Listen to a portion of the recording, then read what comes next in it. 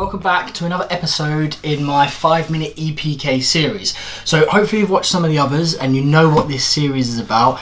In a nutshell, basically I am writing a book called 5-minute EPK, which is designed to help up-and-coming DJs and producers create an EPK with a marketing strategy which will help them get noticed and build their profile to hopefully become a sort of a world touring DJ, like a top flight DJ.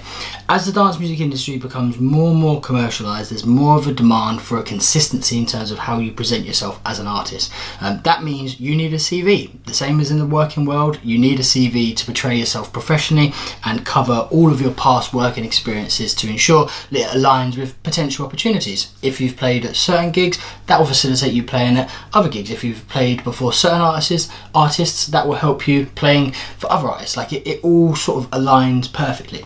So what makes a great EPK?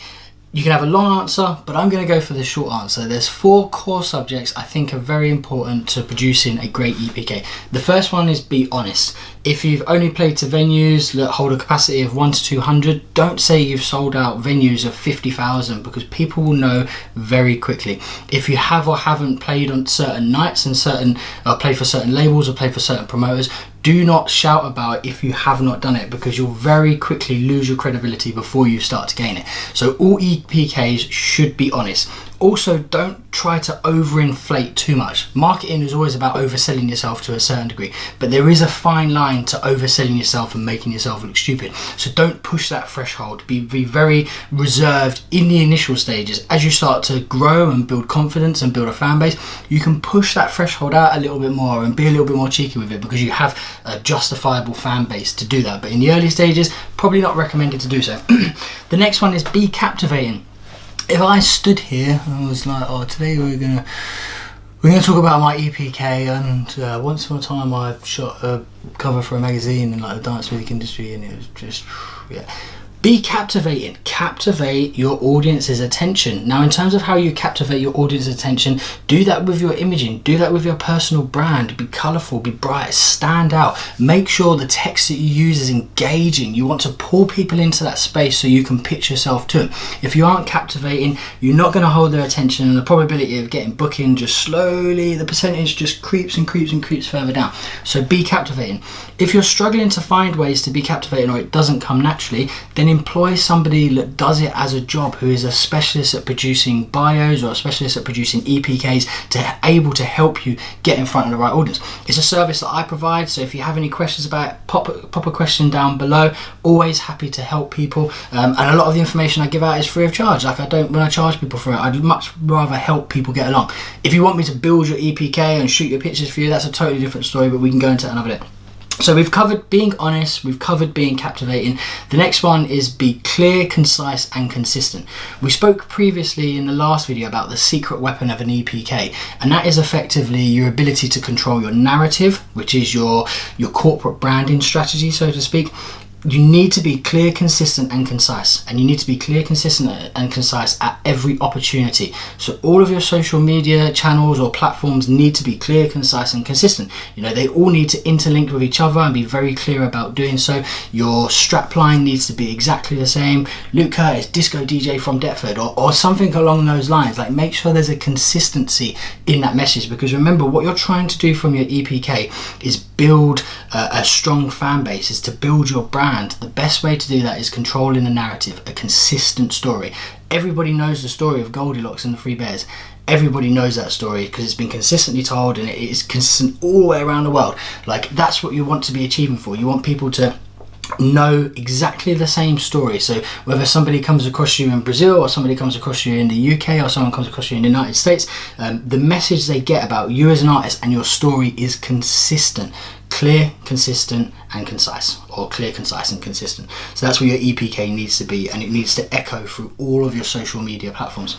And then the last one is your ease to access. So there's no point creating all of this powerful content that's super captivating, that's very clear, concise, consistent, honest, and pulls people into this space if it's difficult to access. So what do I mean by easy to access and use? So for instance, if you are an artist and you produce yourself an EPK and you have a website, that's amazing.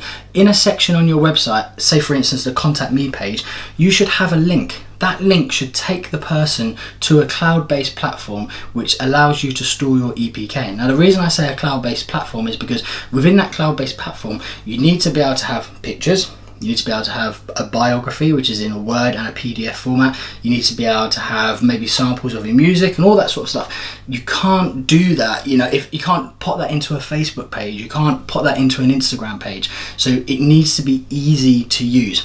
What you also need to do as well is within that cloud storage base, you should have a one-pager. Your one pager is effectively an interactive PDF that will have links to all of your social media accounts, and as well as to the link that the PDF is sat with inside, which I know it sounds like a bit of a brain fuck, but the idea is someone could take that PDF, email it to anybody in the world, and they can access that cloud location, and that makes it easy to use.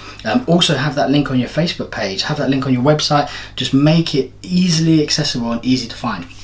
Another key factor to bear in mind within that is if you have written a bio, don't put it online in a PDF, because if somebody wants to produce content on you, so say for instance my friend Graham at Data Transmission, or one of the guys at Mixmag or DJ Mag, if you reach those sort of heights, want to produce some content on you, they're going to want a press kit, they're going to want some information about your background story that they can supplement their article with. If they can't find it and it's in a PDF, you delay that process. It needs to be ready at any given opportunity. So make sure if you have any text information, it's easily disseminated in sort of text as opposed to PDF. Also as well, press shots. Put your press shots on your Facebook page. Have an album called Press Shots on your artist Facebook page, stick them in there. So if someone needs to get hold of any images of you quickly, say for instance someone books you for a party last minute and they need some images to stick on a flyer, they can quickly find your artist page on Facebook, they can download the images and then they can use them. So your EPK needs to be easy to use.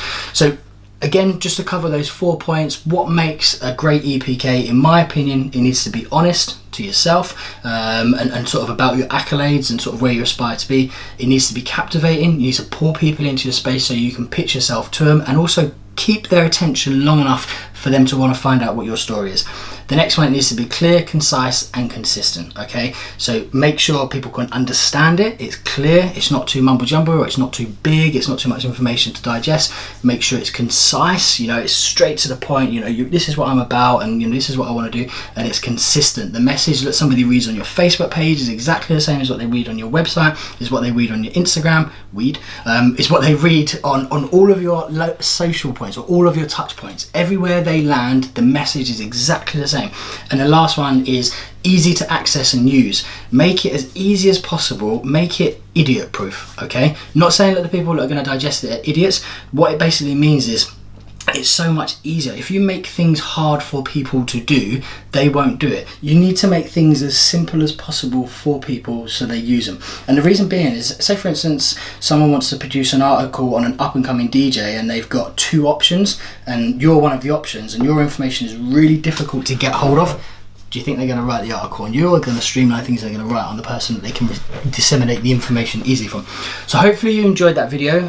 If you have any questions, pop them down below. If you think this video will be useful for anybody else, please share it. And I will see you next time. Take care, guys.